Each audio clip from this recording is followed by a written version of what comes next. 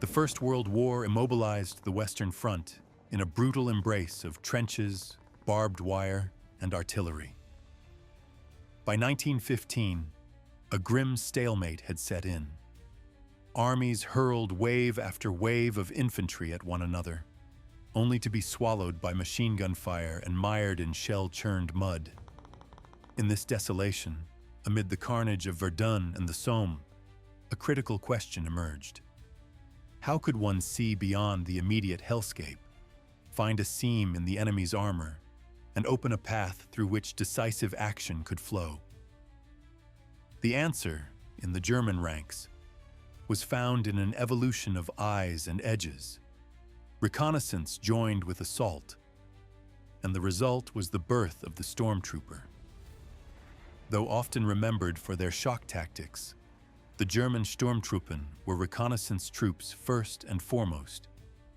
Their origin lies in the failures of traditional warfare, where commanders realized too late that massed formations could not overcome deeply entrenched defenders. Instead, the battlefield called for a new type of soldier, one who could crawl silently through no man's land, observe enemy routines with precision, memorize the landscape by moonlight, and strike with scalpel-like violence. Stormtroopers were scouts with teeth, and each raid or assault began long before the first shot was fired. Their formation was not purely theoretical. Captain Willie Rohr, commanding what became the famed Assault Detachment Rohr, gave the idea form and discipline. Under Rohr's leadership, these elite soldiers trained not just in weapons and assault, but in the finer arts of battlefield awareness, terrain study, silent movement, and intelligent observation. Rohr understood that no assault could succeed without understanding the terrain and the enemy. Each raid was preceded by meticulous preparation. Night after night, stormtroopers slipped through the wire, sketching trench systems, timing enemy sentries, and noting the locations of machine gun nests. They moved like ghosts, avoiding detection, sometimes lying motionless for hours to gather the critical piece of information that would determine the path of attack. This patience became a kind of doctrine unto itself. Observe more than you strike, and when you do strike, do so with precision born from clarity. These reconnaissance missions shaped the entire operational outlook of stormtrooper units. They did not rely on maps alone. They created them, hand-drawn, often blood-stained, marked with notes in pencil or grease, reflections of first-hand observation. Instructors taught recruits to read the ground like a book, the flattening of grass that betrayed a patrol path, the glint of metal indicating a buried wire, the faint sound of tools at work in an enemy sap. These were not vague indicators, but actionable data in a war that too often moved blindly. Where conventional units reacted to incomplete intelligence, stormtroopers led with knowledge, often becoming the first soldiers to cross into enemy lines before an offensive and the last to return before 0 hour.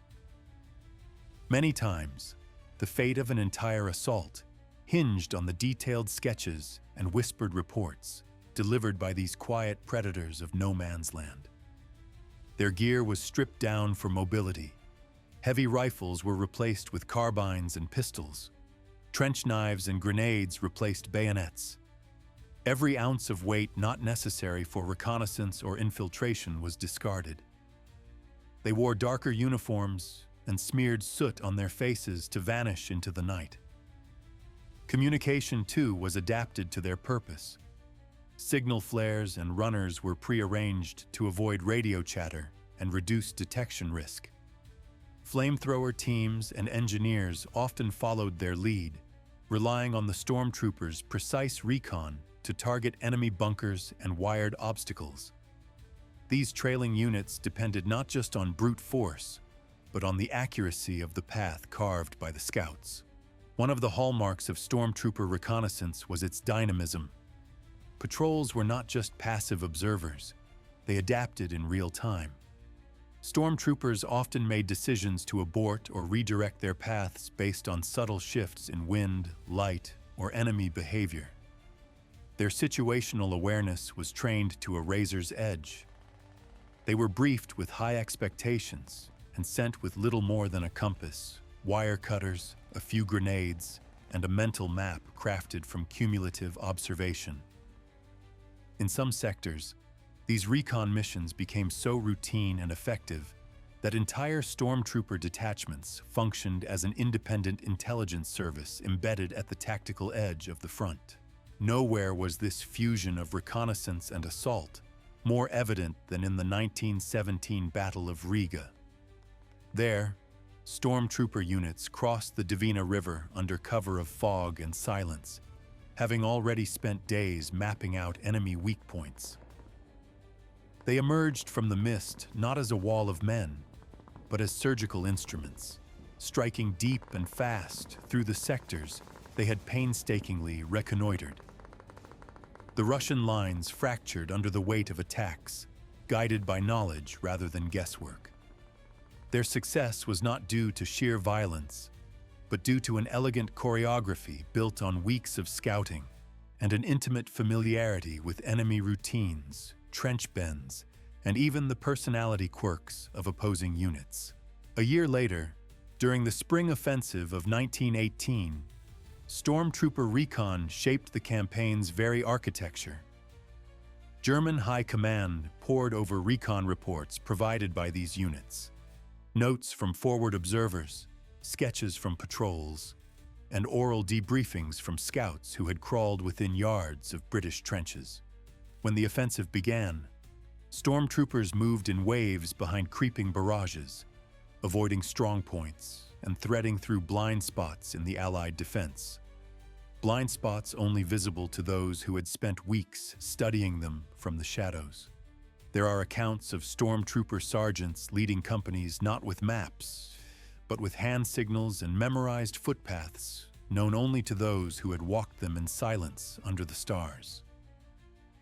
The stormtroopers' unique capability to reconnoiter and then assault did not go unnoticed by their enemies.